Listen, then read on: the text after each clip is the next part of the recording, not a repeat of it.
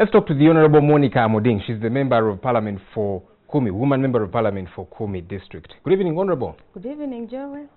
We saw you people there, members of Parliament from that region, breathing fire.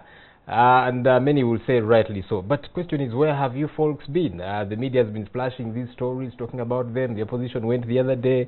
And we're wondering, where have the leaders of this region been?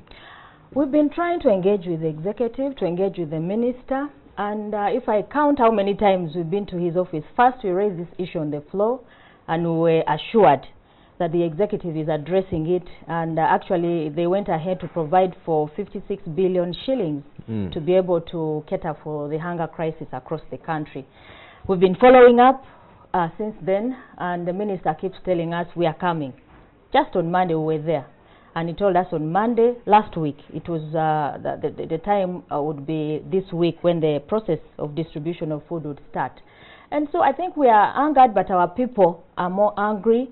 They think that we are not working as members of parliament, and they think that government is not caring about their situation. And therefore, I think it is a dire situation. Every other day I bury more than 5 people, 4 or 5 people who are, of course, associated, sick, the aged, the vulnerable, the most vulnerable in community. And so we are spending more money bearing as opposed to spending that money helping out with the hunger situation. We receive phone calls of people asking for just 2 kilograms of posho.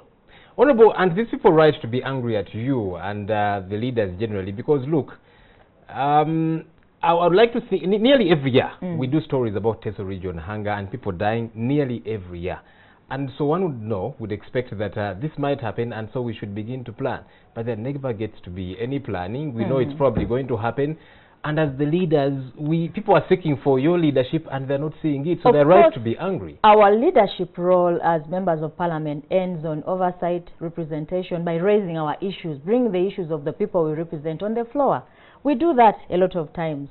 The larger part of the debate and the bargain goes to the executive, because they hold the budget, they control the budget, they plan and they execute the budget. And therefore, our duty as members of parliament ends at ensuring that these issues come at the fore, but also that they are planned for.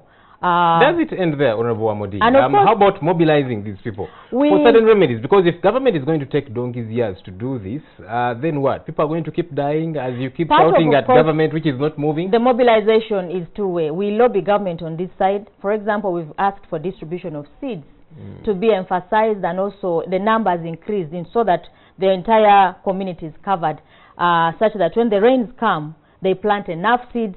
And from what I know right now, the seeds which are being sent to the regions which are suffering from hunger are not sufficient. We may do our part, rally people to go into farming, because that is what we do when we are with them. We tell them the rains have come, please look here, let us go back. We are strong people. As they say, so we are hardworking, we can be able to salvage our situation.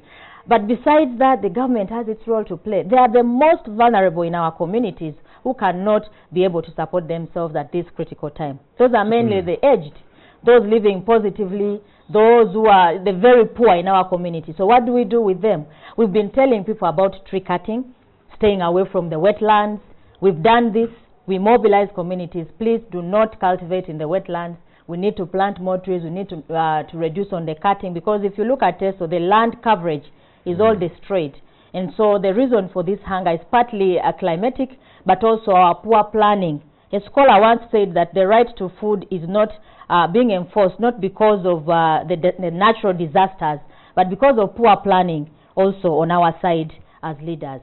So what's going to happen moving forward? Because you're trying to engage government, they are clearly not moving, even as you are frustratedly saying people are dying. What next? We are actually frustrated. One of the latest, the most disturbing cases in Serere right now, which happened, and in Kumi, a family ate premature cassava stems, roots, and they all passed on.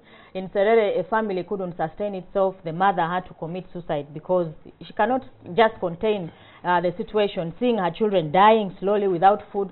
So I think the crisis now we have is beyond us. We have tried to salvage the situation, to comfort people, to tell them food is on the way, food is on the way. We are not seeing. As I hear this morning, trucks of maize, of rice and beans left for Chanamkaka in Masaka. And I don't think there was a distress call from the vice president's region or area in particular that they needed food. But those that called out to government have not been responded to. In Teso, only Katakwi has received food and Amuria. And so the rest of the districts, we are just watching.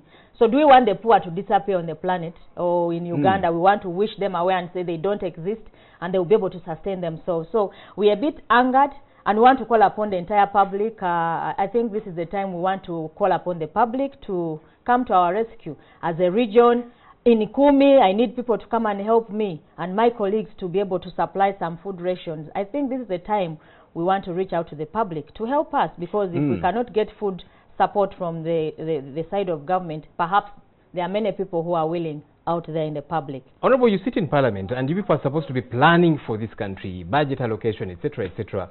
How does it happen that in a country which has 48.9% of East Africa's arable land, all the land in East Africa that is suitable for farming, half of it, nearly half of it, is here in Uganda? That's a country that has capacity to be food basket of the region and even of Africa, I believe. Absolutely. But here we are, people are dying. Why? Because they don't have food to eat, and we are moving on. Well, at this point now, we want to say that, well, we may say it is blame game, but as Parliament, we've done our part. We've constantly told the executive that the priority sector we need to consider in this country is agriculture. Agriculture is our productive sector. It's our comparative advantage in the nation.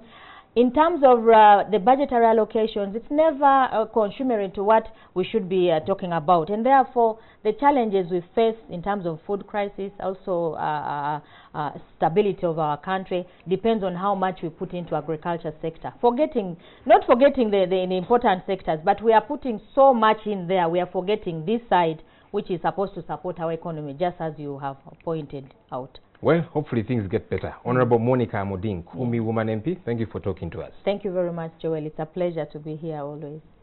Yeah. And that was Newsnight.